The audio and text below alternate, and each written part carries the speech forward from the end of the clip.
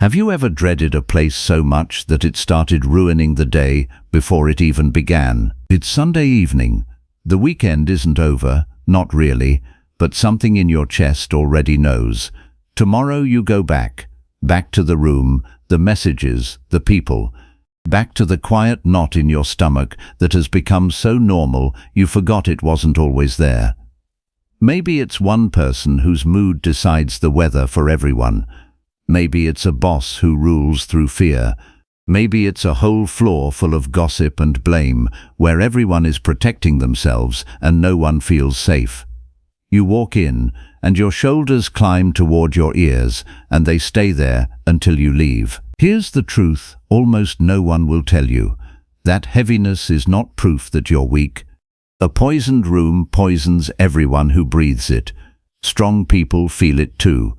Strength doesn't make the poison harmless, it just keeps you from mistaking its effects for who you are. And that's what this video is about. Not pretending the place doesn't hurt, not burning it down on your way out. Not some fantasy where your terrible boss finally gets what's coming and admits everything in front of the whole office. Something quieter than that, and far more powerful. We're going to walk through 13 ways to survive a toxic work environment, 13 ways to protect who you are, keep your peace, and do your work with dignity while you're still standing inside a place that's trying, every single day, to take those things from you. Because you may not be able to fix the room, but you can refuse to let the room remake you. And by the end of this, the weight you carry home every evening, the one that follows you to dinner and sits on your chest at night, you're going to know exactly how to set it down. So if you're tired of leaving work as a smaller, harder, more anxious version of yourself, stay with me. The last one is the one that finally shows you where to set the weight down. Let's begin. Number 1. And everything else stands on top of this one. See it clearly. It's the room, not you. Picture this. You've had a hard week at work. You lie awake replaying it, and the question circling your mind isn't what's wrong with this place, it's what's wrong with me. If I were sharper, faster, more likable, more useful, then they'd respect me. Then I'd feel safe. Do you hear what's happening there? A toxic environment has a quiet trick. It makes you carry, as your own failure, something that belongs to the room itself. So here's the truth. When a place makes almost everyone anxious, the problem is not the people breathing the air, it's the air. Ask yourself the honest questions. Is it only me who feels this, or does everyone here walk on the same eggshells? Do good people keep leaving? Does the fear come from the actual work, or from the way the room is run? Look clearly, and the answer usually arrives on its own. This is not a you problem, this is a room problem. Think of it like walking into a house filling with smoke. Your eyes water, your chest tightens, you start to cough, and you turn to yourself and think, why am I so weak? But you're not weak, you're breathing smoke. The moment you realize that, you stop blaming your lungs and start looking for the window. Now, seeing clearly is not deciding you're flawless and everyone else is the villain. That's just another trap. There may be things in you to grow, there always are. Clarity means separating the two. What's genuinely mine to improve, and what is simply the room's poison landing on me. Own your part, don't swallow the whole. Here's how to start. 1.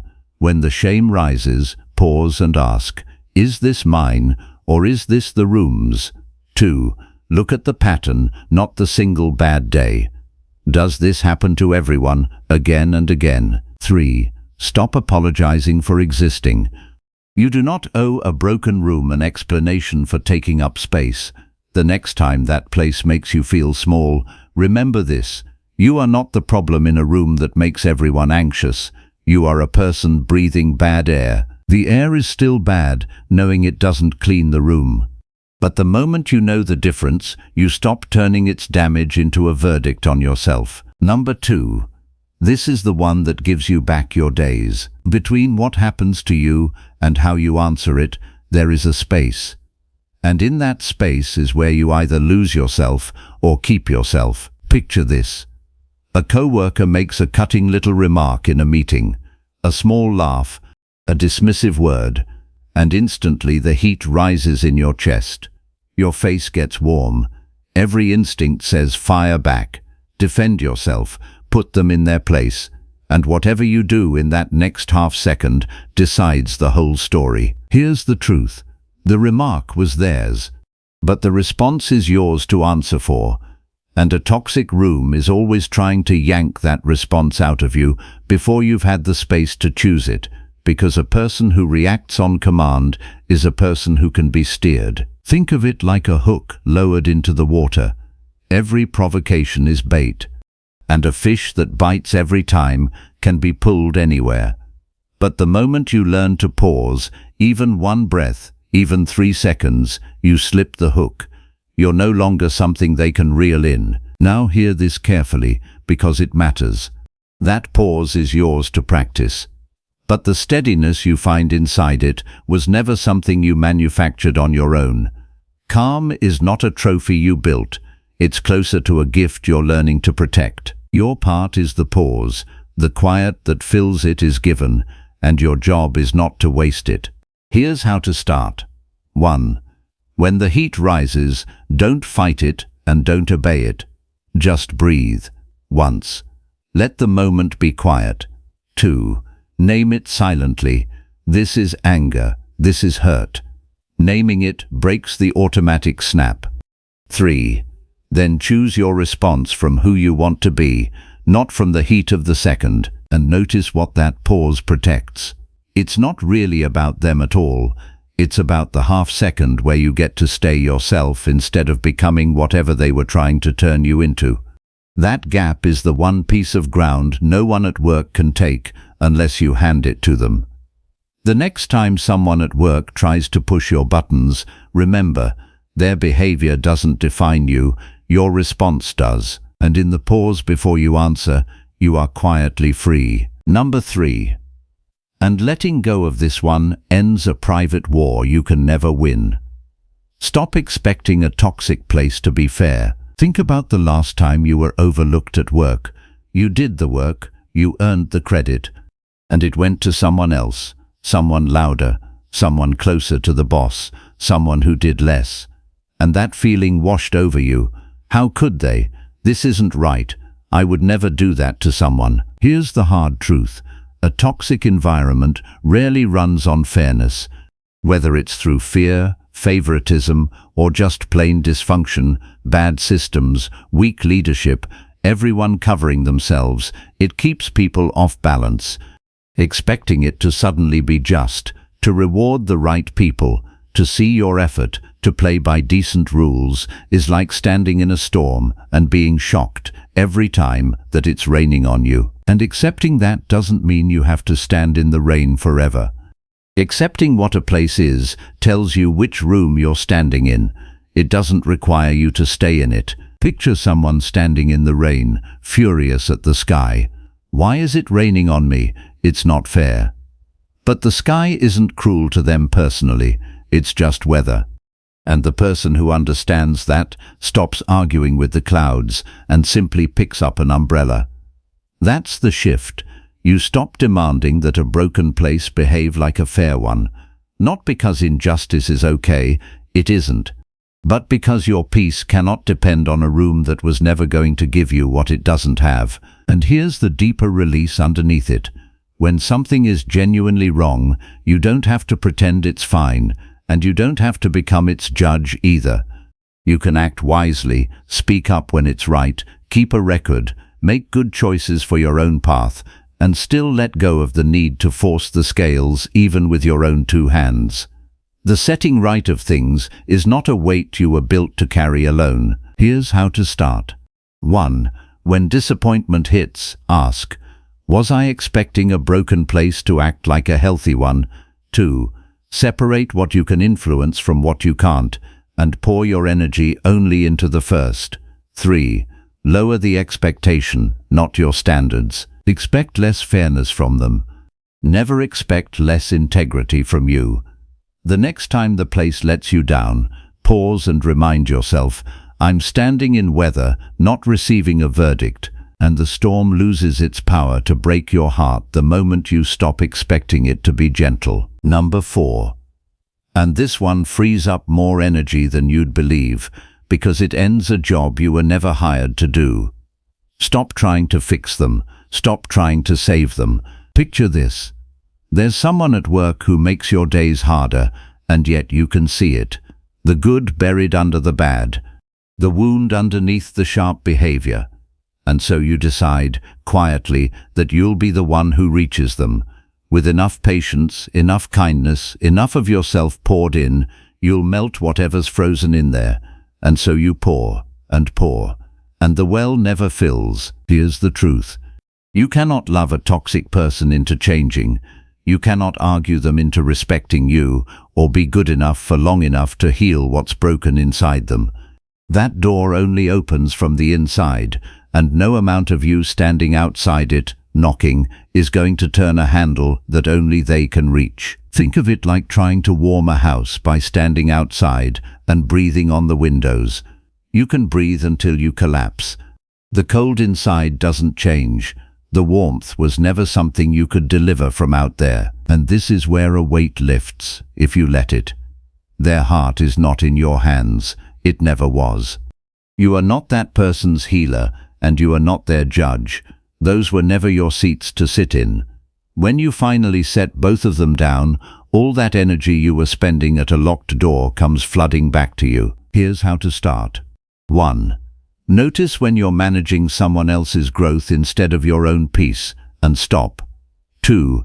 Let them be exactly who they've shown you they are, without needing to rescue or reform them. 3. Take back the energy and pour it into your work, your calm, the people who actually meet you halfway. The next time you feel responsible for fixing a difficult person, remember, you can wish them well, sincerely, and still stop carrying what was never yours to carry. Because you are not their rescuer.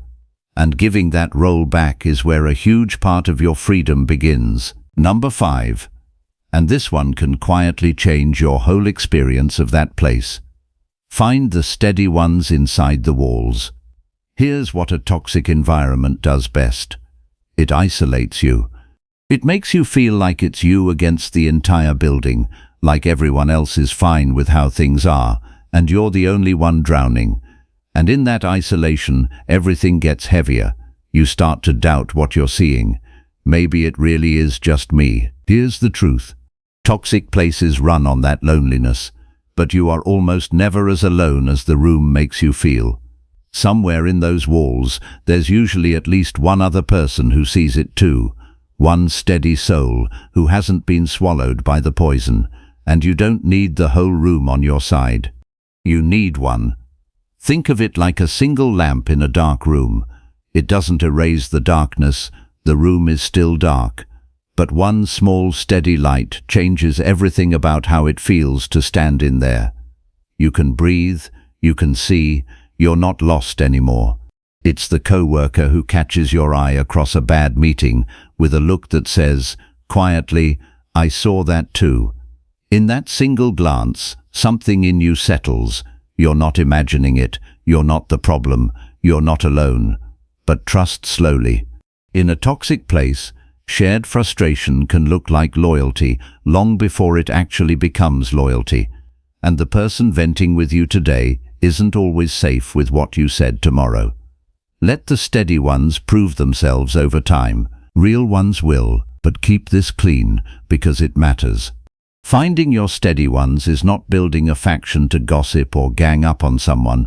That just makes you part of the poison. It's honest connection, 1 or 2 people you can be real with, who keep you grounded and remind you who you are. Support, not a weapon. Here's how to start. 1. Look for the calm ones, not the loudest ones. The steady person in a toxic place is often quiet. 2. Keep the connection real, not a gossip circle. Share what keeps you sane, not what tears others down. 3. Protect that bond. In a hard place, one trustworthy person is worth more than 100 allies of convenience. The next time the room makes you feel like it's you against everyone, remember, look for the one steady light. It's almost always there. Number 6. And this one protects the hours that quietly decide the shape of your whole day. Don't let it steal your mornings. Picture this. You wake up, your eyes aren't even fully open yet, and it's already there, the dread, the mental replay of yesterday, the bracing for today. You reach for your phone before your feet touch the floor, and there they are, the messages, the demands, the low hum of the place reaching into your bed. You haven't even left home, and already you're at work in your mind. The day is lost before it begins.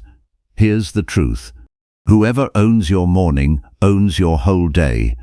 If the first thing you hand yourself each day is fear and other people's noise, you've set the temperature of everything that follows before you've had a single clear thought of your own.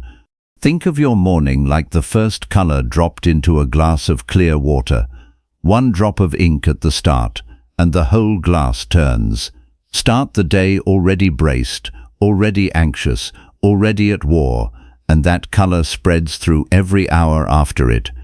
But protect the first clear hour, and the whole glass stays clearer, longer. Here's how to start. 1. Guard the first hour. Don't reach for work the second you wake. Give yourself a little space that belongs to you before you belong to them. 2. Don't carry yesterday into today automatically. Yesterday's meeting is over. It doesn't get to move into this morning uninvited. 3. Decide who you're going to be today before the room decides for you. A moment of that early, and you walk in on your own terms. And here's the gentle thing to hold on to. Each morning arrives fresh, a new day given to you, not something you earned and not something the job is owed. You are not required to hand it over, anxious and braced, before it has even begun. The first hour can be yours. The next time you wake already bracing for that place, pause and ask, am I giving my morning away before it's even started? Because when you protect your mornings, you stop letting a building set the tone for your life. Number 7. This is the one that guards the deepest part of you. Don't let their words become your worth. Imagine you finally speak up. You share an idea you actually believe in, something you thought about, something that matters to you. And before you finish, someone cuts across you with a flat, dismissive line. And just like that, the confidence drains out of you, and a small voice says, "See, you're not enough." Why does one careless comment have that power? Because we hand people the pen. We let them write the story of what we're worth. Here's the truth. Your worth was not issued by that room, and it is not theirs to cancel. It doesn't rise when they praise you, and it doesn't collapse when they dismiss you. In their eyes it may swing wildly from meeting to meeting, but that was never where your worth was actually decided. Think of an insult like a stone thrown at a window.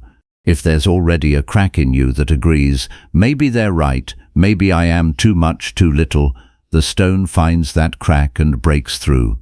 But when you no longer secretly agree with them, it just strikes the glass and drops. It has nowhere to enter. The words may still sting. That's human. But they no longer get to decide what you are worth. And this is worth sitting with quietly.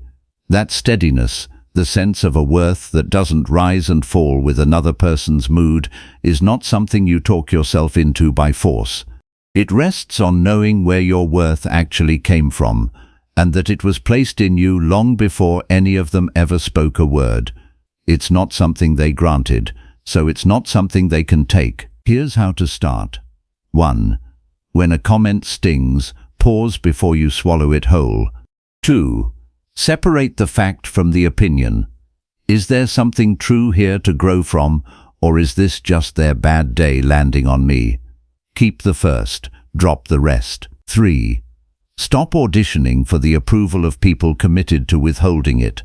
You will never fill that cup, and you were never meant to try.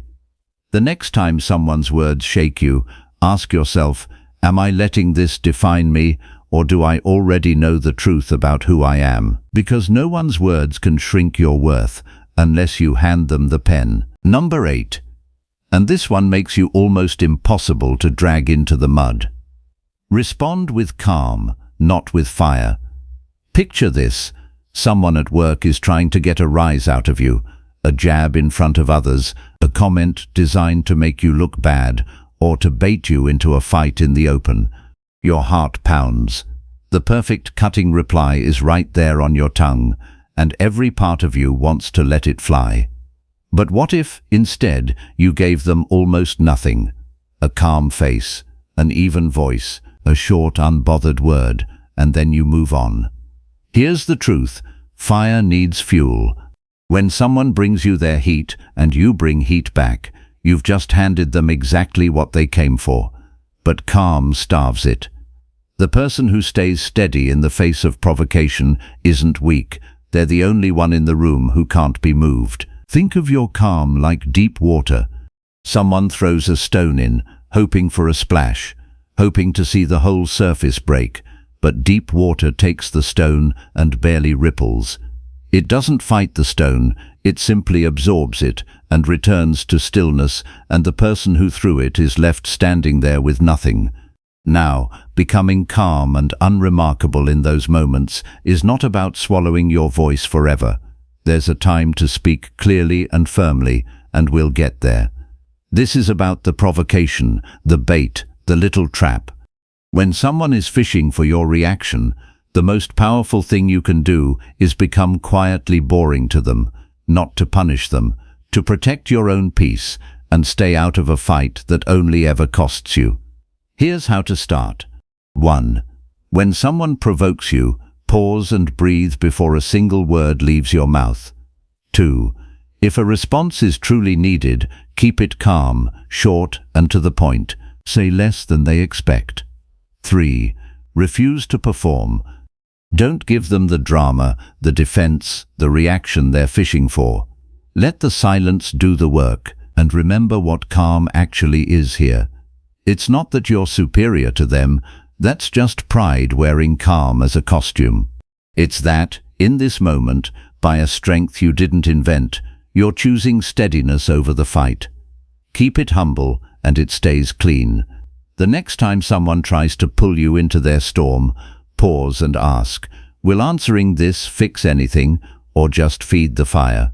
Because you don't win by shouting louder, you win by being the one the storm can't reach. Number 9.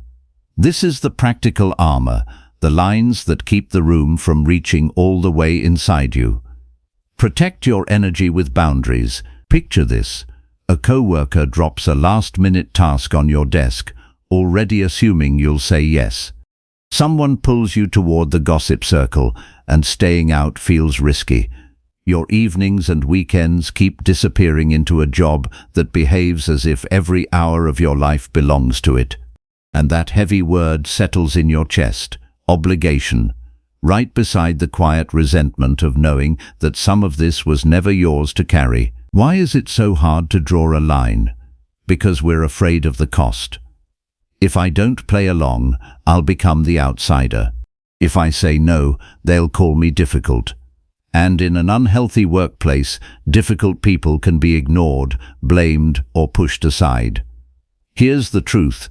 Boundaries aren't walls built to shut everyone out. They're clear lines around what has been entrusted to you, your time, your energy, your responsibilities, and the life that still exists when the workday ends. Without those lines, a toxic environment will keep reaching further. Not always because every person in it is deliberately cruel, but because unhealthy systems keep taking wherever no limit has been made clear. Think of your energy like a lamp with enough oil to last through the night. If every demand is allowed to burn it at once, the flame dies before the work that truly matters is done. Setting a boundary is not refusing to give light, it is making sure the flame lasts, steady, useful, and present where it is genuinely needed. So how do you draw a boundary without turning it into a fight? Quietly, clearly, without a long defense. When the last-minute task lands, you might say, I can't complete that today, but I can begin tomorrow morning. When work reaches into your evening, I won't be available after work tonight. I can address it when I'm back. You speak about what you can do, not about everything they have done wrong. You don't accuse, you don't over-explain. You state the line calmly, like a simple fact, and then comes the part most people skip. You hold it, because a boundary you repeatedly abandon becomes a request for permission. And a toxic room will keep testing whether you truly meant what you said. And remember the largest boundary of all. You are not required to remain there forever. A toxic job can make one door feel like the only door, as if you must endure the same place indefinitely, because leaving would mean weakness or failure. But surviving wisely sometimes means standing with dignity for now, while quietly preparing another path. There is strength in staying when staying is necessary, and there is strength in leaving when remaining is costing you what should not be surrendered. And here is what settles the guilt. Guarding your peace is not selfishness. It is how you remain capable of fulfilling the responsibilities beyond that workplace with patience, clarity, and care. You are not required to set yourself on fire just to keep an unhealthy room warm. The next time you feel taken for granted, pause and ask, have I made my line clear, and am I honoring it myself? Because when you protect your energy, you do not stop giving. You simply stop allowing one broken place to consume everything you were given to carry. Number 10. And this one surprises people because it has very little to do with them. Do your work with excellence, no matter how they treat you. Here is the temptation almost everyone feels in a toxic place. Why try? Why give your best when it goes unnoticed, gets stolen, or is twisted into a weapon? So people begin to withdraw from their own work. They do the minimum. They let resentment enter the quality of what they make, and for a while it feels justified, even satisfying. But look carefully at who that actually harms. It does not correct the room. It slowly lowers your own standard. Picture the project you carried, the careful hours no one saw, the problem you solved when everyone else had stopped looking. Then the meeting comes, the result is good, and the person beside you, who did almost nothing, begins with "we" and slowly moves toward "I." You watch someone gather up your work and carry it to the front of the room. The people who could correct the story either do not know, do not care, or are too busy protecting themselves to speak. Something hot rises in your chest, and here is the real danger. Not only the stolen credit, but the thought that comes after it. Why bother? If that thought makes tomorrow's work a little more careless, then their wrongdoing has begun training your hands. They did not only take recognition for one project, their behavior has started deciding the standard of the next one. Here's the truth. Whatever ability you have was given to you to use well, a trust, not a trophy. The care you bring to your work is part of your responsibility. Their praise, their fairness, and the final outcome were never yours to command. Excellence does not make you untouchable. In a toxic place, people can be attacked even when their work is careful and clean. But good work gives false blame less to hold on to. It also leaves you with something solid, a record you can stand behind, whatever anyone says. And excellence is not endless availability. It does not mean sacrificing every boundary, every evening, or your health to prove that you care. It means doing the work you are responsible for with honesty and care, within the limits you are also responsible to protect. So separate two things the room wants you to confuse. Your effort is your responsibility. Their recognition is not under your control. Keep your standard, because being treated wrongly does not make careless work right. And when bitterness asks, why bother? Answer it plainly, because their conduct does not excuse mine. The next time your work goes unseen, remember, they may withhold the credit, but do not let their unfairness teach your hands to become careless. Do the work honestly.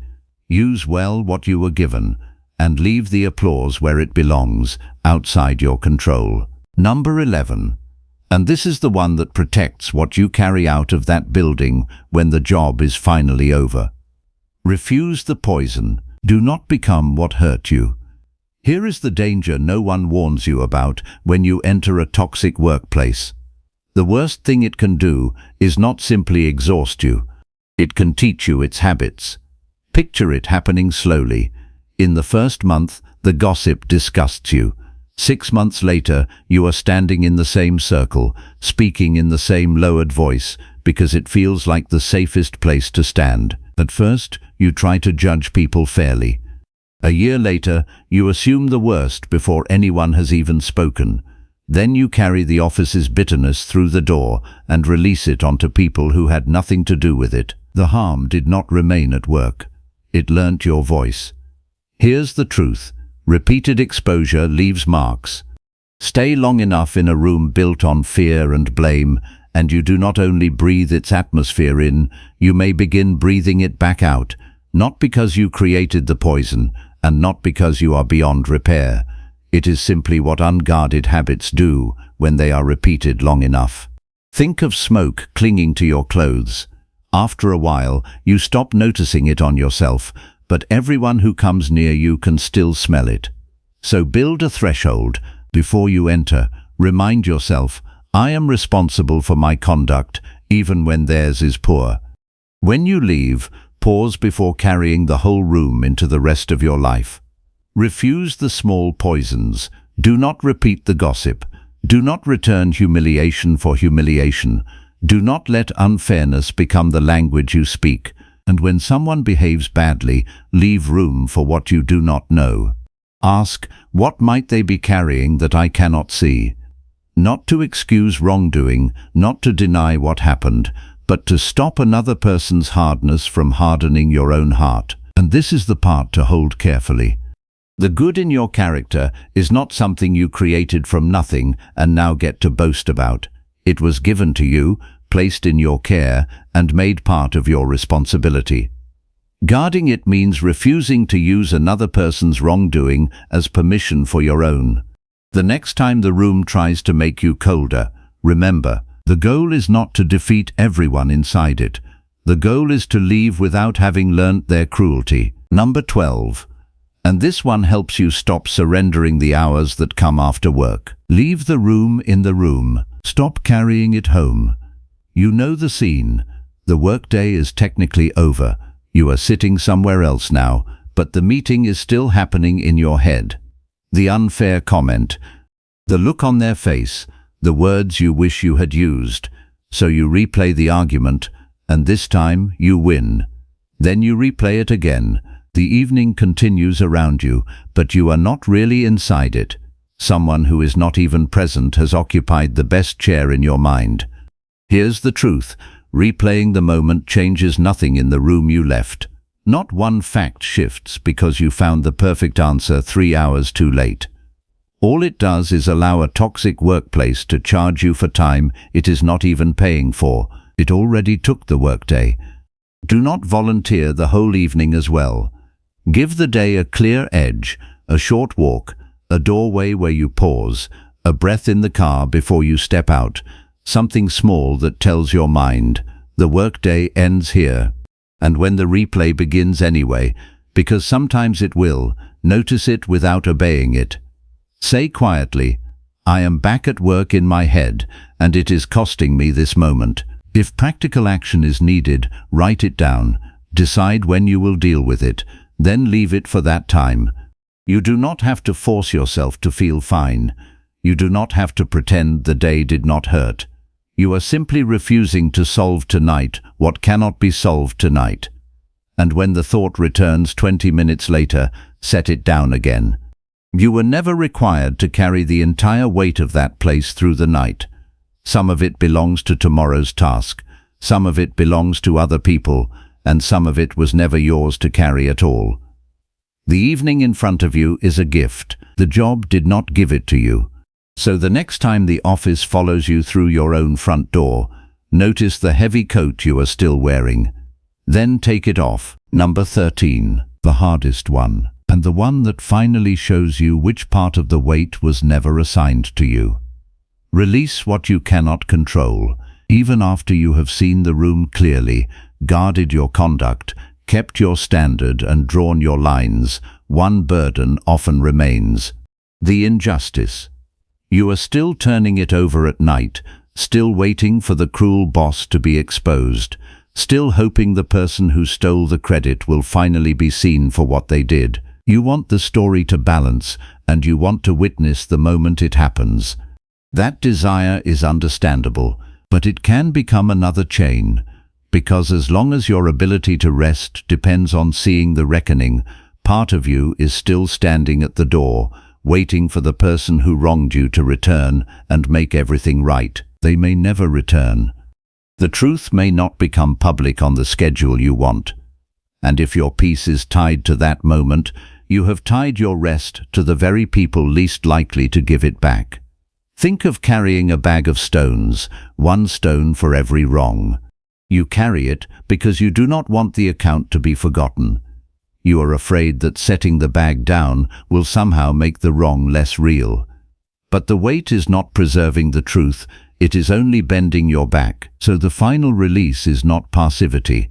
It is not pretending that injustice is acceptable. You may still document what happened, speak clearly, use the proper channels, protect yourself, prepare to leave. Do your part fully, then stop treating the final judgment as your personal assignment. There are actions you are responsible for taking, and an account you were never appointed to settle by yourself. No wrong becomes right because you stop rehearsing its punishment. You are simply refusing to turn yourself into the judge of every heart, every motive, and every final outcome. Here's how to begin. 1. Separate duty from outcome. Your conduct, your evidence, your decisions, these are your responsibility. Other people's hearts, the final reckoning, and the exact time at which truth becomes visible, these are not yours to command. 2. Take the wise action that is available today. 3. After you have done your part, stop reopening the case in your mind every night. And when the burden returns, set it down again, not once, as many times as necessary. The next time injustice rises in your chest, ask, is there something right for me to do now, or am I trying to carry the final account? Because relief begins when you stop treating the whole reckoning as your personal burden. So step back for a moment and look at the whole shape of it. These 13 are not 13 tricks for controlling a toxic room. They are 13 ways of understanding your responsibility and its limits. See the room clearly, so you stop turning its poison into a verdict on yourself. Find the pause, so you answer for your own conduct instead of being dragged by someone else's provocation. Stop expecting a broken place to behave like a healthy one, so you can act wisely without being shocked by the same pattern every time. Stop trying to fix every difficult person, so you no longer carry a role that was never given to you. Find the steady ones, so isolation does not make you doubt what you can plainly see. Protect your mornings, so work does not claim the first moments of a day it did not give you. Do not let their words become your worth, so another person's mood does not become the measure of your value. Respond with calm instead of fire, so wrongdoing does not pull wrongdoing out of you. Set boundaries, so one part of life does not consume everything around it.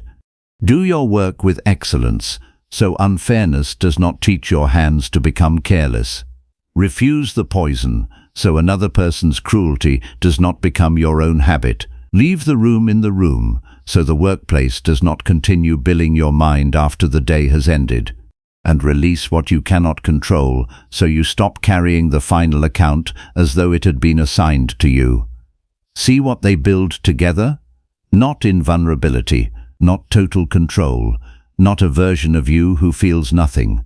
They build clarity, restraint, honest effort, proper limits, a heart that can be hurt without being taught to hurt others. The room may not change, some people in it may never change, but their moods, insults, and unfair decisions no longer have to dictate every part of your conduct. You do not survive a toxic environment by creating an untouchable version of yourself. You survive by guarding what was entrusted to you, taking the right steps that are available, and refusing to answer wrong with wrong. But before we finish, I want to take this somewhere deeper than survival tactics. Because if all of this is only a clever method for getting through the workday, it will not hold forever. Under enough pressure, technique by itself begins to crack. So here is the question underneath the question.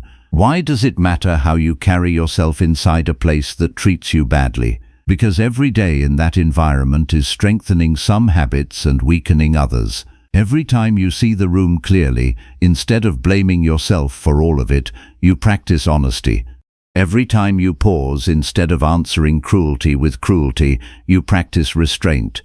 Every time you work carefully, without making applause your condition, you protect the standard entrusted to you. Every time you refuse gossip, humiliation, and bitterness, you stop the room's poison from passing through you into someone else. The toxic workplace is not secretly good. Its injustice does not become a blessing simply because you endured it. And pain is not automatically noble just because it hurts. But hardship does not have to teach you its worst lesson. A bad workplace can still become a place where patience, clear boundaries, honest work, and self-restraint are practiced, not because the poison is good, but because you refuse to make its habits your own. That is the good that can be carried out of a bad place. Not the claim that the room made you strong, but the quiet recognition that, even there, you were given chances to choose what was right and help to keep choosing it. And there is a stillness here that runs deeper than technique. It is the quiet knowledge that human recognition is incomplete, the patience no one noticed, the honest work no one praised, the moment you could have joined the gossip and chose silence instead, the time you were treated unfairly and still refused to become unfair yourself. The room may never record those moments. That does not make them empty. When you understand this, you enter the building with less desperation. You no longer need every person to see you correctly. You no longer have to win every battle, earn every scrap of approval, or personally force a broken room to become fair before you are allowed to breathe. You learn what belongs to your responsibility and what does not. Because the steadiness we have been describing was never self-made. The clarity to recognize what is happening, the calm that appears in the pause, the strength to remain decent in a hard place. These are not trophies of the self, they are gifts placed in your care. Your responsibility is to use them well, ask for help when you are weak, and never claim authorship over what was given. That understanding does not make a person invincible, it makes a person less desperate to control everything.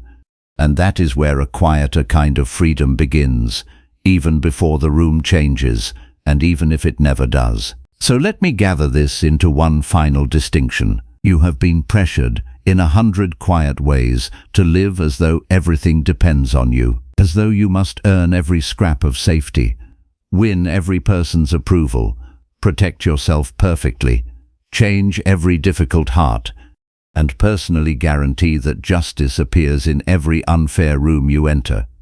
No human being can carry that weight without becoming exhausted. Everything we have walked through points in the other direction. Your responsibility is real, but it has limits. You are responsible for your choices, your honesty, your effort, your boundaries, and the steps you take when something is wrong. You are not responsible for controlling every outcome. You are not the judge of every hidden motive. You cannot force another heart to change. And you are not the source of your own peace, manufacturing calm out of nothing by the strength of your will. So do your part, see clearly, keep records when necessary, speak with dignity, protect what must be protected, work honestly, leave when leaving becomes the wise path. And then do not carry what was never assigned to you, the final fairness, the complete reckoning, and the changing of hearts. But release it to what? To empty air? To a vague idea that none of it matters? No. And this is the truth that finally holds the whole message together. Here, at the very end, is the quiet truth this whole road was leading toward. You can lay down the final burden, Not because right and wrong stopped mattering, and not because you released it into empty air. You can lay it down because there is one whose knowledge misses nothing and whose justice is perfect. The calm you have been learning to guard, the strength to remain soft without becoming weak, the clarity to see the room for what it is. None of it was self-made. It was given to you, placed in your care by the one who made you, who sees that workplace more completely than you ever could, and from whom nothing inside it is hidden. And this does not mean becoming passive. You still speak when speaking is right. You keep the record. You set the boundary. You seek help through the proper channels. You protect yourself, and when remaining there is no longer wise, you prepare your way out. You do your part because you are responsible for it. But you do not appoint yourself the final judge. The one whose justice is perfect already sees the cruelty no one else saw, the credit that was stolen, the pressure that was hidden behind closed doors, and the quiet dignity you kept when nobody applauded. Nothing is lost with him, no honest effort, no patient restraint, no wrong committed in secret. The final account does not depend on your anger in order to remain real. So see clearly, guard what was entrusted to you. Do your work honestly. Stay soft where softness is right, and firm where firmness is required. Then leave the final outcome to the one who never misjudges and never forgets. That is a freedom no workplace can take from you. It is why you can walk into the building on Monday morning with your shoulders lower and your heart steadier. Not because the room suddenly became good, and not because you became untouchable, but because you finally understood what was yours to carry and what was never yours to carry alone. And that is where the real peace, the kind that can survive a Sunday evening, begins. If this reached you today, carry it gently, and I will see you in the next one.